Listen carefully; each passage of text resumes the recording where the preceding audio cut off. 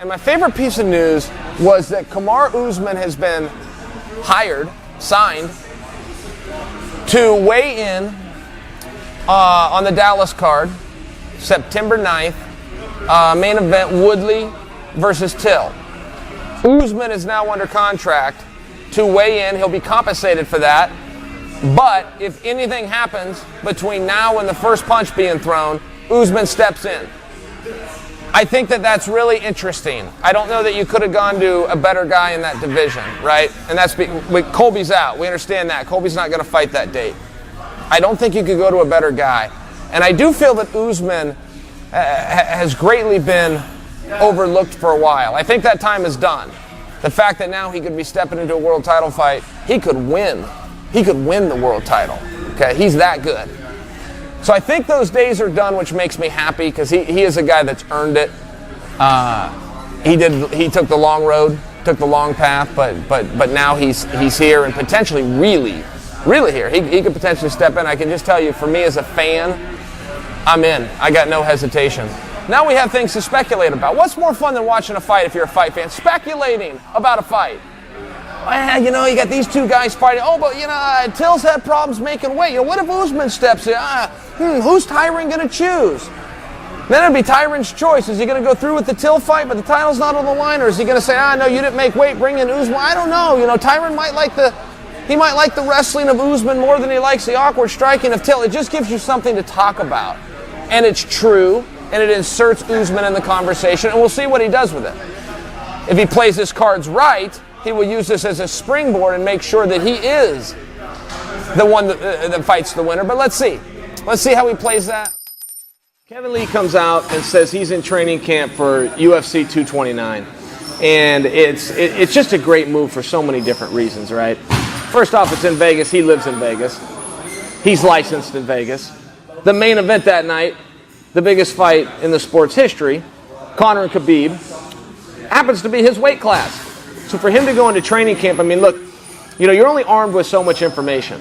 And we know, use Usman by example. We know that the UFC will put guys in reserve for those kind of big fights to make sure, hey, we've got somebody ready to go on weight, licensed, medicals passed, deal reached. We know that from Usman. We've seen some other guys, but that's the most recent example. So what does Kevin Lee do? He takes one look at that and goes, great, I'm going to make myself that guy. Nobody else is there. He wins the position by being present. He's ahead of Kevin Lee's always ahead. Kevin Lee's always ahead of the game. I want you guys to keep studying that, right? There's a lot of guys you should study. I appreciate you coming here, but I will be the first to tell you, I take from a lot of people. I take from a lot of guys where I will see something, not just from techniques in the sport, where you grab a shot from this guy and escape from that guy, an armbar over here, a leg kick over there, but also the psychology, also the planning and the managing of your own career. And Kevin Lee's one of these guys that spends a lot of time thinking about it, and he's always positioning himself. And Dana loves that kind of stuff. Why wouldn't he? Dana's a busy guy. Dana's going to sit around and rack his brain for who should I put in that position, or you can just drop it in his lap, let him take that one off the plate. Well, that's what Kevin Lee did. It was a smart move. I like it. I think it's a fun fight. You want to throw Kevin Lee in there? I'll watch that. No problem. I like the speculation around it. I like that he's ready. I like the eagerness. But most importantly, it's the forward thinking. It's looking at an opportunity that you want and being there before anybody else gets there and inserting yourself. It's a big win for Kevin Lee. I like this new thing the UFC is doing where they're taking their feature bout, use Tyron versus Till. They put Usman in, okay? And now what I mean by they put Usman in is they call him up, they reach a deal, they go, hey, go train, make sure your weight's good, get a license in Texas where the fight's going to take place. If anything happens to one of these guys, you're going in, and if nothing happens, you still did work, you were still ready, and we're going to compensate you for it. I like that a lot. I think that that's a lot of fun. What the recipe used to be, and you have to understand, not every show can do that, because now you are talking about an expense. You're talking about paying a guy in Usman, hiring him for a service that may never be done, right? He may never step out there and perform. So business-wise, there's some questions, right? You can't demand this of everybody, but I like that the UFC does it. And I'll tell you what the recipe used to be, real simple from the beginning of Dana's time over there. Whatever your main event is, let's say that's at 205 pounds. You're going to put a feature match on that card at 205 pounds. Same weight class, but you're also going to feature it. You're going to build it. You're going to promote it so that those two guys are known.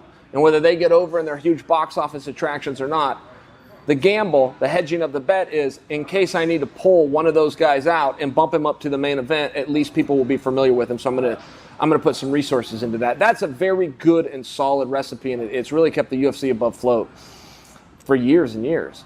But I will admit, I like what they're doing now even more. I like the fact that one of those feature bouts is not going to get disrupted. We are going to see that. All the marketing and all the campaign, the training between those two guys, it's going to stay intact. But we also know who's going to come in to save the day in the main event, should it need to happen. I just think it's fun. I think it's fun. I think it's a fun talking point. I think it's also a great way to create a number one contender.